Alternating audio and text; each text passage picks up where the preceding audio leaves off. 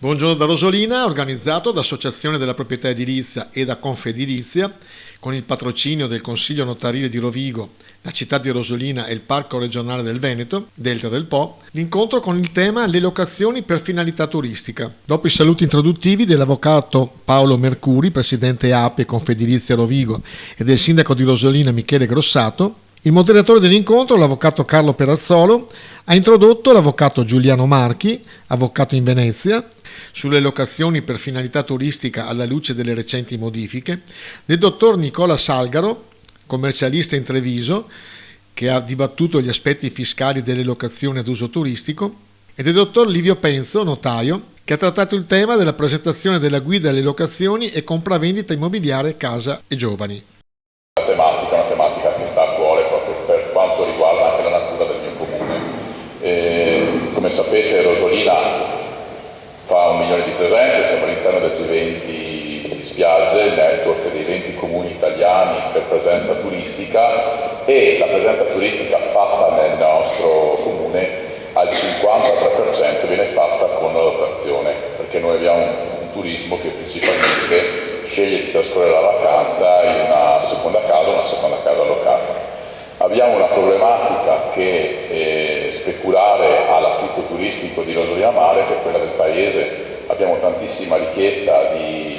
abitazioni d'affitto, spesso volentieri ricevo anch'io come sindaco persone che mi vengono a dire: sindaco, dammi un aiuto, sto cercando un'abitazione per l'affitto lungo perché ho trovato lavoro a Rosolina o nel Delta del Po, ma purtroppo abbiamo una scarsità di offerta. Perciò questo spero sia anche un po' da sprone per chi fa attività di edilizia, chi fa edilità immobiliare, di credere insomma e di investire anche dal punto di vista non solo di locazioni turistiche, ma di creare delle abitazioni, perché per i problemi noti che ormai sappiamo tutti, anche la difficoltà di accesso al credito o le tempistiche o le lungaggini che possono esserci, soprattutto da una coppia di giovani che vogliono prendere casa, spesso volentieri ci si orienta più all'affitto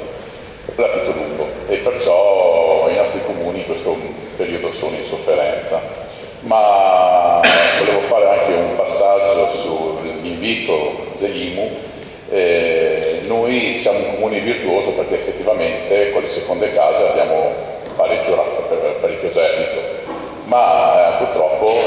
abbiamo anche tanto prelevamento dal Fondo Nazionale di Solidarietà. Infatti quando si dice Rosolina è un comune ricco, un comune che ha tanti soldi grazie all'IMU, grazie alle seconde case, posso tranquillamente smentire questa cosa,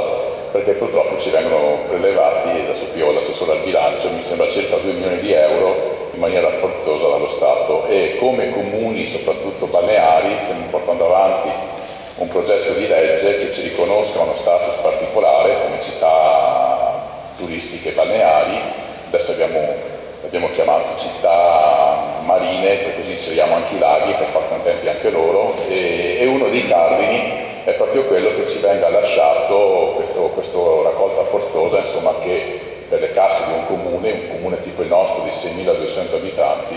sarebbero delle risorse importanti.